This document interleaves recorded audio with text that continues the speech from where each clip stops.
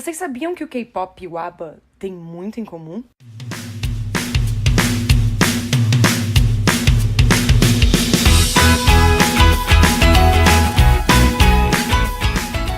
Olá! Chegamos a mais um episódio do Diário de uma K-Popper aposentada, onde euzinha, Ren, fico caçando assuntos pra explicar e, claramente, ficar opinando. Hoje vamos falar de um assunto muito bom. A onda latina no K-pop. Eu escolhi esse tema porque atualmente é impossível ignorar ele, porque cada vez está mais forte e porque a América Latina e seu amor pelo K-pop está crescendo tanto que o cenário musical coreano percebeu que Daebak dá pra satisfazer os fãs e os nossos bolsos ao mesmo tempo. Amém. Porque os fãs latinos, e muitos através de seus pais, querem mesmo usar dinheiro para conseguir produtos oficiais em valores um pouco mais acessíveis e poder ir em shows. O reconhecimento pelas agências coreanas de que os fãs latinos sejam um ótimo mercado para se investir é motivo de felicidade. Porque daí só dá para melhorar, porque com a internet não existem mais limites nas trocas de informação. Como eu falei no primeiro episódio do podcast, o K-pop é um gênero experimental e está sempre se transformando ao assimilar diversas influências musicais para o desenvolvimento de suas músicas. Claro que existem estilos musicais que ficam mais em evidência e acabam sendo utilizados com mais frequência, mas não há uma restrição. A influência latina em músicas coreanas já acontece há algum tempo. Eu não sei dizer qual foi a primeira música, álbum ou artista, infelizmente, mas posso trabalhar com as informações que eu consegui com o tempo, que estão mais frescas na minha cabeça e outras que procurei. O que eu quero mostrar pra vocês agora é que ao longo dos anos a música latina esteve presente dentro da música coreana. Aí agora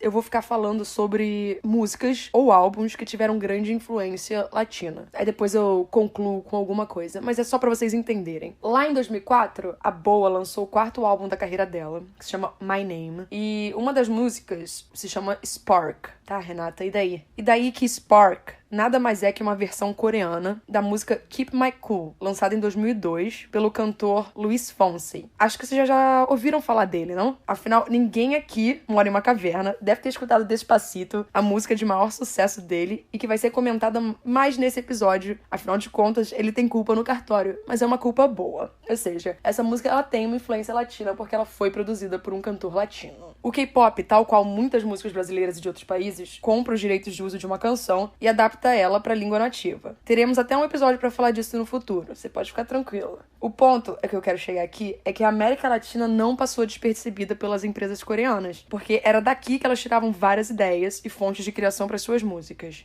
A gente estava aqui e eles sabiam disso, mas como fãs não éramos muito expressivos na época. Fomos ficando expressivos com o passar do tempo. Eu mencionei a Boa, e se vocês escutarem alguns dos álbuns dela, vocês conseguem caçar músicas com influência latina, como a Clockwork, de 2015. Ela tem uma base de tango. E tango é uma coisa que vai ser recorrente e se repetir em diversas músicas. Aí, continuando nessa nossa estranha timeline, em 2008, o SHINee lançou o primeiro álbum deles. E a música solo do Jonghyun, que ele esteja descansando em paz, meu Deus, que saudade dele, era intitulada E Se Fuera Ella. Ela nada mais é que uma versão coreana de uma música de mesmo nome do Alejandro Sanz, que vocês também devem ter escutado ou ouvir falar em algum lugar, ou escutado uma música dele acidentalmente, porque ele é mega famoso. Ele é um cantor em espanhol de grande nome. Mas o SHINee não para aí não, porque em 2009, um ano depois, eles lançaram o EP, o Romeo, e uma das músicas chamava Senhorita, que tem até palavras em espanhol. Honestamente, pros fãs da época que não tinham tanta coisa assim pra comemorar, isso era muito. E eu vi os ídolos falando, nem que fossem 4 palavrinhas, já era uma felicidade sem fim. Aí o SHINee também apostou com Soy un Dorito em Sherlock.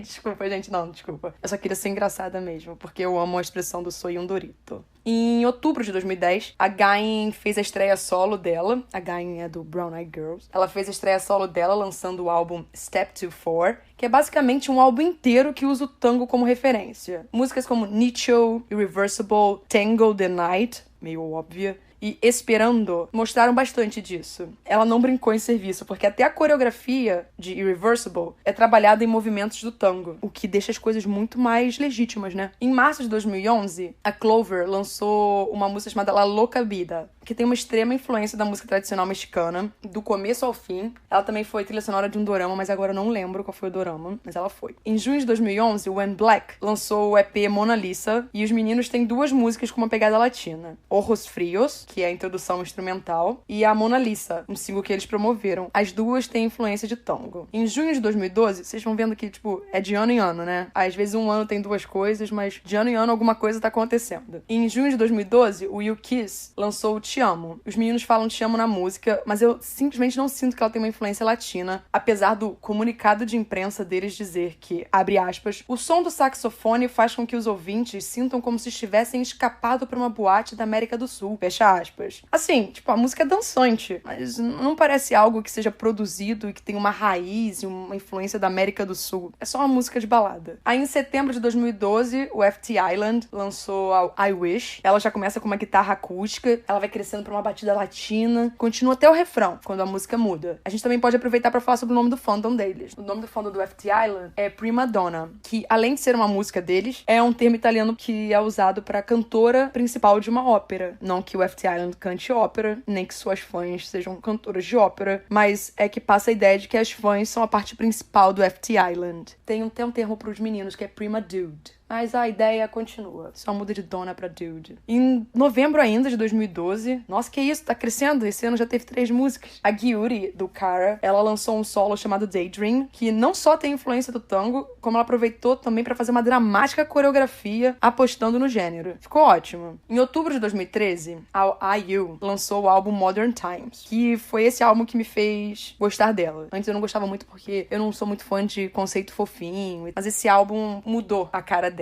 E eu gostei bastante. Aí esse álbum inteiro é considerado um trabalho com influências de pop latino e bossa nova. Isso mesmo, vocês ouviram certo. Bossa nova. Inclusive ela, muito antes da Camila Cabello, lançou uma música chamada Havana nesse álbum. Ela não podia soar mais brasileira, tamanha influência de bossa nova que tem nela. Essa canção, ela até fala palavras em espanhol e em português, com uma concordância errada. Em português, em espanhol tá certa. Mas fazer o quê? Ela fala assim: olá, muito prazer, menina bonito. Sim, ao mesmo tempo que eu acho engraçado, eu acho que o pessoal que produziu o álbum dela podia ter consultado alguém pra evitar isso. Não é à toa que as pessoas procuram tradutores pra evitar problemas. Em novembro de 2013, a Hyolyn fez a estreia solo com o álbum Love and Hate. E 2 músicas têm influência do tango. Uma é One Way Love e a outra é Red Lipstick, que ela canta ao lado do Zico. Em 2014, foi mais um ano que teve 3 musiquinhas.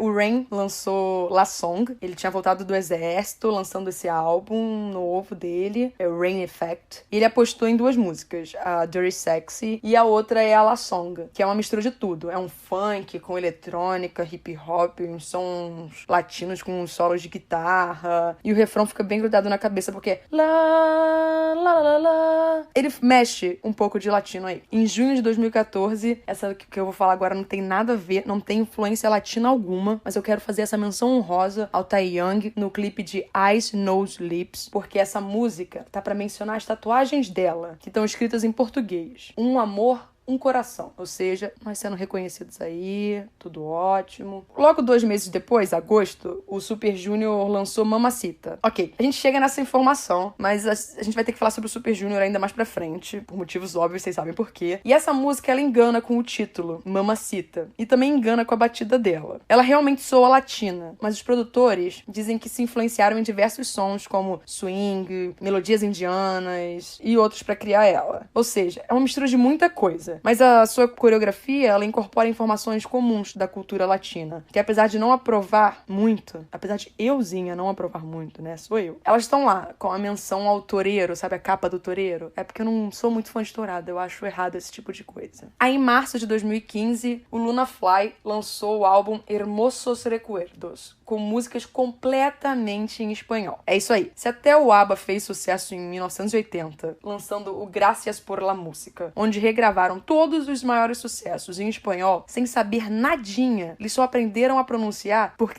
eles só fizeram isso porque os fãs ficaram loucos. Por que um grupo de K-pop não poderia fazer o mesmo, certo? E a pronúncia dos meninos do Luna Fly tava bem passável, porque o Sam canta direitinho, e o outro menino, gente, eu agora esqueci o nome do menino, ai que doideira, mas o outro integrante, ele canta ok, não é o melhor das pronúncias, mas todo mundo gosta porque o que vale é a intenção nesse caso. A gente ainda não tinha ganho nenhuma música completamente em espanhol. E nós, brasileiros, ficamos felizes com isso. Estamos aqui do lado, a gente entende o espanhol, então tá ok. Quem sabe no futuro tem uma música em português. Em julho de 2015, o G-Friend lançou a Me Gustas Tu, que não tem influência latina, mas ela postou em uma música com título em espanhol ao invés do tradicional em inglês. Estamos aceitando. Em agosto de 2015, a Girls' Generation lançaram a música One Afternoon. Ela faz parte do álbum Lionheart. E poucas pessoas conhecem ela, mas ela tem uma grande influência da nossa bossa nova. Elas até no final falam Como Estás, que é bem fofinho, mas a música tem influência da bossa nova. Em outubro de 2015, o FX lançou Four Walls, e dentro do Four Walls tem uma música chamada Papi. Ela tem um som latino acontecendo ao fundo no refrão, mas a única coisa em espanhol que tá acontecendo é a palavra papi. Aí, agora, não é sobre uma música, é sobre um grupo, porque a gente vai respeitar a timeline. O Card surgiu em 2016, e o principal público-alvo deles nem é o coreano. Eles focam no público latino, que os abraçou desde o comecinho. Existe um motivo, né? Afinal de contas, a gente sabe que grupos mistos não funcionam muito certo na Coreia, eles não vingam, não conseguem muito bem assimilar meninas e meninos juntos. E existem mercados que estão prontos para abraçar os artistas, como a América Latina. Ela fez isso em peso com o Card. Não é à toa que o Super Junior, quando foi promover Lo Siento, que mencionarei mais à frente, convidou as duas integrantes do grupo para cantar ao lado deles, porque eles sabiam que ia ser um sucesso chamar duas integrantes de um grupo que faz muito sucesso na América Latina. Aí, em setembro de 2017, o SV9 lançou O Sole Mio, que tem um solinho de guitarra, bem latino. Em outubro de 2017, a Jimin, do AOA, lançou Hallelujah, também aproveitou para incorporar sons da música mexicana no lançamento. Em novembro de 2017, o Sonamu, tenho pena delas, porque aquela agência é uma maldição, lançou I Knew It. Ela tem uma pegada de flamenco e a coreografia dela mostra movimentos utilizados na dança, dando aquela sensação mais dramática, porque o flamenco é um som, uma dança trágica. Também, em novembro de 2017, o Block B lançou Shall We Dance. Eles permanecem completamente com o som urbano deles, mas eles usam sonoridades latinas. Aí veio o que eu chamo de Game Changer. Em abril de 2018, o Super Junior lançou Lo Siento. A música não foi só a primeira parceria internacional do grupo, mas ela também foi a primeira parceria latina do K-pop. O Super Junior se reuniu com os produtores Play and Skills, e os dois são de origem latina. Eu acho que um tem descendência da Venezuela e o outro tem descendência da Argentina. E por indicação dos dois, eles escolheram a Leslie Grace, que tem origem dominicana, para cantar com eles. A influência do reggaeton é super forte nessa música e foi um grande sucesso entre os fãs latinos. Em maio de 2018, um mês depois de Lo Siento, o BTS lançou o álbum, e no álbum tava o Airplane Part 2. A outra música que utiliza o tango, e uma de suas compositoras é a Ellie Tamposi, que ela é responsável por escrever Havana, da Camila Cabello. Esse é sinal de mais um sucesso, né? Você escolhe alguém que vai fazer a música direitinho. Em julho de 2018, a Mamamoo também lançou Egotistic, com grande influência na música latina. Vocês podem ouvir o violão com os acordezinhos balançando no refrão, e é muito forte. Os fãs também adoraram essa influência. Aí, em setembro de 2018, o GOT7 lançou Lullaby. Lullaby, ela foi lançada em coreano, inglês, chinês e espanhol. Aí ela é uma mistura de funk com um synthzinho. Ela não tem influências latinas. Ela tem uma versão em espanhol. A letra da versão até foi arranjada pelo Alex Gonzalez. E quem não sabe quem ele é o baterista e o compositor da banda Maná. Se vocês não sabem quem é Maná é uma das bandas de rock latinas de maior sucesso no mundo. Ele também faz parte de uma outra banda, uma super banda de metal conhecida como De La Tierra, que tem integrantes como o Andrés Kisser do Sepultura. Ou seja, o JYP fez questão que a versão espanhol de GOT7 ficasse o mais legítima possível, com a letra fazendo todo sentido para que ficasse realmente boa, não ficar às vezes como fica em inglês, meio perdida. Eu inclusive vi gente falando que eles tinham sido os primeiros a cantar uma música inteiramente em espanhol. A gente sabe que isso não é verdade, já falei lá em cima. E outro lance é que os integrantes fizeram um bom trabalho. Alguns têm um pouco mais de dificuldade, como o Jackson e o Bam Bam, mas o resto consegue cantar direitinho em espanhol. Aí, em outubro desse ano, o Vav lançou Senhorita, que é uma canção que utiliza elementos do reggaeton e também conta com termos em espanhol. Eu acho que dá até pra fazer um episódio de charás com eles e o Shine, não? Também em outubro, o Super Junior lançou Outra Vez, ou seja, eles retornaram com mais um lançamento em parceria com um artista latino, mas dessa vez foi a banda mexicana Rake, que garantiu mais um sucesso pra eles, porque os fãs ficaram doidos. E nesse álbum, eles também lançaram um cover totalmente em espanhol da música Ahora Te Puedes Marchar, que tá bem bem legalzinho também. O espanhol tá ok. Eu imagino que, tipo, existam outras, mas essa é a vida. Eu não consigo lembrar ou achar na internet todas. Mas dá pra ver que de 2017 pra cá, as coisas foram ficando mais intensas. E existem dois motivos pra isso, na minha opinião. O primeiro é que a música pop latina fez tanto sucesso com o Ricky Martin e a Shakira. Ela voltou a chamar a atenção do mundo depois de Despacito. E agora com o Maluma e o J Balvin, ela vai continuar crescendo. Eu não vejo uma perca de influência tão grande aí. Ou seja, o mercado internacional tá super aberto a ouvir músicas pop latinas. E lançar músicas em coreanos com influências latinas é um grande acerto pra conseguir ficar mais presente nesses mercados, já que ele é grande, e conquistar até um outro público. O segundo motivo é que o acesso à informação e o crescimento dos fãs de K-pop, que não deve desacelerar tão cedo nesses países, mostra que os artistas precisam demonstrar um certo apreço e um agradecimento a quem está dando tanta força a eles. Eles já conhecem, pô, a gente realmente faz sucesso em tal país. Então vamos lançar uma música que tem uma influência naquele estilo musical de lá, ou que tenha umas palavras, porque a gente sabe que eles vão ficar felizes e tudo mais. E isso vai ser compartilhado nas redes. E vai dar o que falar. Eu, assim, no meu geral, eu acho que, tal qual a Boa foi a precursora em abrir as portas pro mercado japonês, o Super Junior foi e continua sendo um dos principais responsáveis pela abertura do mercado latino pro K-pop. Principalmente porque o fandom do Super Junior foi e é extremamente forte nesses países latinos, como o Brasil, a gente sabe disso. Mas porque, ao fazer parcerias com artistas de origem latina, eles passam a expandir ainda mais a música para além dos fãs de K-pop. Porque os fãs desses artistas vão procurar saber o que eles estão fazendo e entrar nesse mundo por tabela ao acompanhar. E aí, quem sabe, pô, ouvi primeiro isso, aí agora eu caí nessa música, e agora eu gostei desse. Não precisa, tipo, ficar preso a um grupo ou ficar preso a uma coisa só. Ele vai se expandir, gostar e ver, por exemplo, pô, existem outros artistas com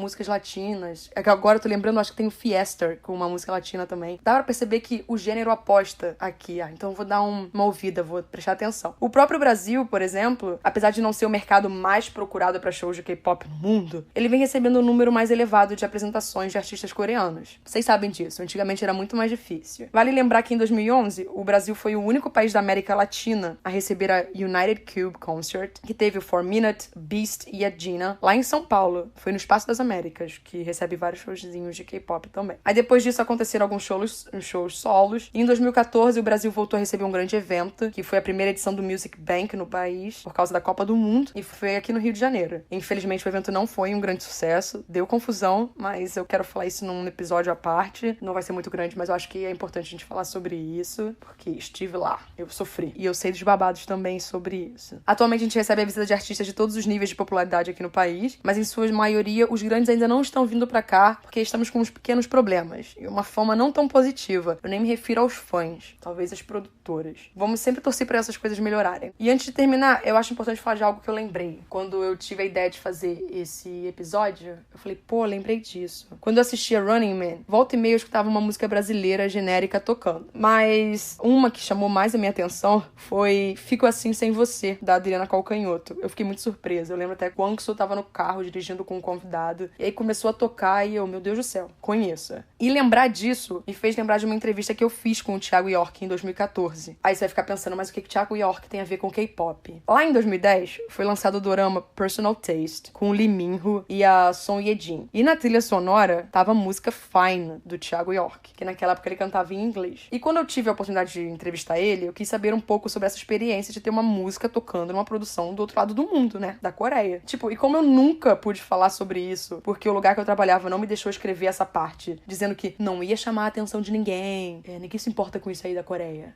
Eles subestimaram os fãs de cultura coreana. Aí eu revirei os olhos e achei bem, isso tinha tudo a ver com esse episódio agora, pra eu usar. Aí tive que ir na casa da minha tia, encontrar meus cadernos de trabalho com as anotações e as entrevistas pra poder fazer isso. E eu achei. Amém. Imagina eu estar falando aqui e não ter os dados pra falar pra vocês. Eu comentei com ele que depois do sucesso das músicas dele no Japão e na Coreia, por causa do dorama, ele acabou lançando os álbuns dele lá fora e eles ficaram super bem posicionados nas paradas musicais. E eu fiquei curiosa em como era saber que pessoas de uma cultura tão diferente gostavam da música dele e como era a recepção do público. E o Thiago, cara, eu me apaixonei pelo Thiago nessa entrevista porque era super, sabe, quando você sente que a pessoa tá relaxada dando a entrevista, não tá nervosa e tal, eu senti isso dele. Ele passava uma boa vibe. Aí ele disse que, tipo, foi algo muito doido, porque ele tinha ido lá 2 vezes, ele tinha uma ideia do que estava acontecendo pela internet, mas quando ele chegou lá, ele ficou maravilhado sobre como uma coisa tão particular singular pra ele conseguiu conversar com tantas pessoas de lugares tão distintos. Ele explicou que sente que a música é universal. Cada um sente ela de uma forma diferente, que é o que nos eleva de nossas vidas comuns, nossas vidas normais. Ele continuou dizendo que o público coreano é muito mais contido. Ele é tímido, mas que ao mesmo tempo ele é bem carinhoso, que elas valorizam demais as coisas como a cultura e a relação com as pessoas. E isso foi algo que ele experienciou em 2010. A outra pergunta, obviamente, que eu fiz foi se ele toparia gravar uma música em coreano se ele tivesse a oportunidade. E ele foi super gente boa, ele foi super tranquilo respondendo que toparia sim, já que a língua é só mais uma ferramenta musical, desde que a música fosse coerente, estivesse sendo feita direitinho e soasse natural, ele jamais negaria isso. Ele veria como uma forma de se conectar com os fãs. Essa foi a conversa que eu tive com ele sobre o assunto. E eu acho que essas palavras dele resumem muito bem a relação que os fãs de K-pop têm com a música coreana. Nós nos sentimos conectados. E assim como ele faria uma música em coreano desde que soasse natural, muitas das músicas que estamos ouvindo hoje em dia com a pegada latina, elas acabam soando mais naturais, menos forçadas, porque a maioria está sendo produzida por pessoas que entendem do assunto também. O fato de a Coreia assimilar muitas músicas de outros países é algo que abre ainda mais oportunidades para o crescimento do estilo latino por lá. Foi por isso que, eu achei bacana falar sobre essa entrevista, porque ela transmite o que nós, fãs de música coreana, pensamos, sabe? Eu acho que é só isso. Eu acho que devo ter falado demais, eu devo ter falado besteira, devo ter falado rápido, nem sei. Mas espero ter ajudado com vocês com outras músicas em pegadas latinas, sobre como eu acho que isso vai continuar crescendo, e isso é ótimo pra nós, a chance de vermos mais artistas cantando músicas com nossos estilos musicais e na nossa língua, e também vindo pra cá se apresentar pra gente. Eu acho que isso tudo só tem potencial pra crescer e crescer mais. Então eu vejo vocês na sexta com mais um episódio do Charás. Sim, vocês já querem saber o que eu vou falar? Não vou contar não. Até lá então, tá? Tchau!